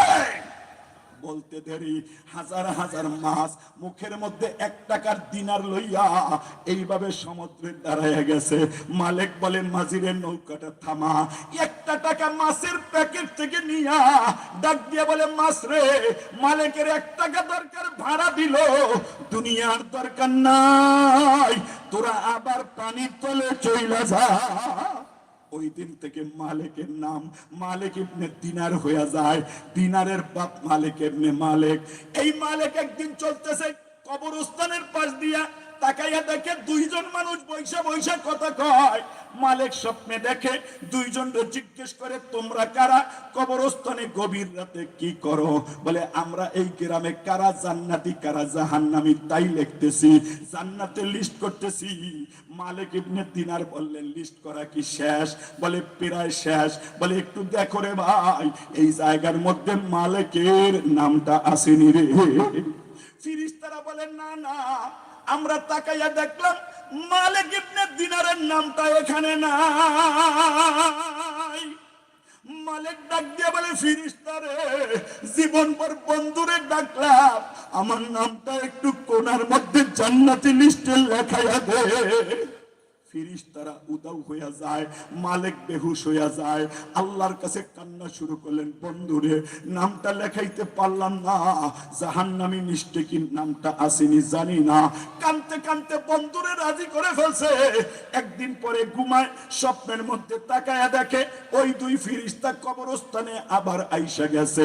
মালিক ইবনে দিনারকে দেখে বলে, এই মালিক, তোর জন্য সুসংবাদ, আমার কাছে আয়। কি সুসংবাদ? বলে, ওই যে বন্ধু বন্ধুর কাছে গেছিলাম, তোমার কথা বলছিলাম, বন্ধু বলছে তোদের লিস্টের মধ্যে মালিক ইবনে দিনারের নাম নাই, কিন্তু আমার লৌহে মাহফুজের মধ্যে জান্নাতীদের যে লিস্ট আছে ওই লিস্টের মধ্যে মালিক ইবনে দিনারের নাম আছে। আল্লাহু আকবার। এই বন্ধু কি বুঝলা? লা খাউফুন আলাইহিম ওয়ালা হুম ইয়াহজানুন। ওলি যদি হয়ে যাও তোমার কোনো ভয় নাই, ডর নাই। মালিক ইবনে দিনার এমন মানুষ, উনিও জানাজায় শরীক হয়ে গেছে। আবু আব্দুল্লাহ জিজ্ঞেস করে, ভাই মালিক রে, এই জায়গার মধ্যে আপনি কেমনে আসলেন? আপনার বাড়িটা তো অনেক দূরে। বলে বুঝবা না, রাতের বেলা আল্লাহর গাইবি আওয়াজ, এই মালিক আমার একজন বন্ধু আবেদ মারা গেছে, নাম তার হাজ্জাজ আবেদ, ফজরের পরে তার জানাজা হবে, জলদি করে ওই মসজিদে যাইয়া ফজর পর রাত বইরা হাইটা ওর জানাজার জন্য আমি হাজির হয়ে গেলাম। আল্লাহু আকবার। এজন্য বাবা পয়গম্বর বলেন, তোর কর্ম যেমন মরণ তেমন। মরণ যদি সুন্দর করতে চাও ওই মরণটাও আল্লাহর কাছে সাউন্ড লাগে, কথা ঠিক না বে ঠিক? এজন্য ওমর দোয়া করতেন, আল্লাহুম্মা রযুকনা শাহাদাতান কামিলাতান ফি সাবিলিক ওয়াজআল মাউতানা ফি বিলাদি রাসূলিক। ও আল্লাহ, মরণ দিবেন তো মসজিদে নববীর পাশে শাহাদাতের মরণ দিয়েন, যেন কোনো হিসাব না হয়।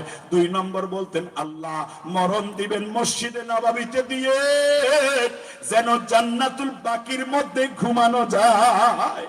ও বাবা, জীবনভর দোয়া করছেন, আজকে ফজরের নামাজে দাঁড়াইছেন, আবু লুলু আল মাজুসি খঞ্জরটা লইয়া ওমরের পেটের মধ্যে ঢুকাইয়া ডান দিক থেকে টান দেয়, ওমর জমিনে পড়ে যায়, খাদ্যনালী কাইটা যায়।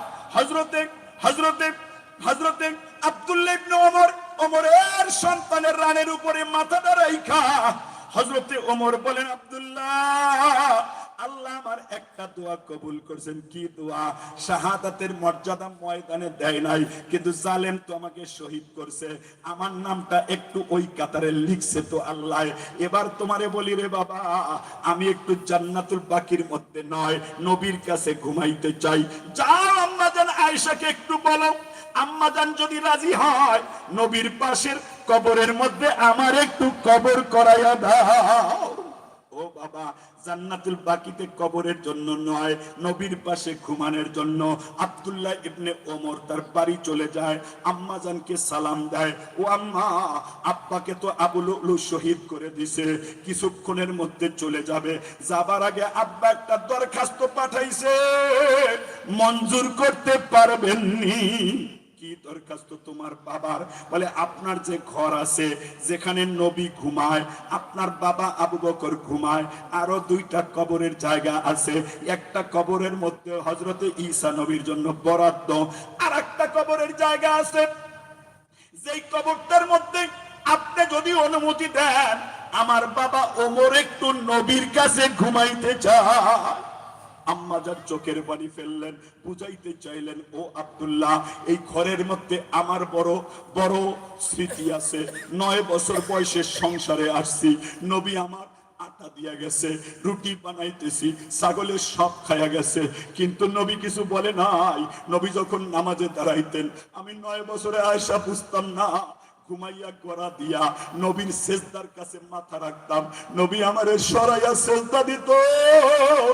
আব্দুল্লাহর ঘরের সাথে আমার বড় স্মৃতি। এই আব্দুল্লাহ যেদিন নবী মারা যাবেন, আমার রানের উপরে আমার বন্ধুর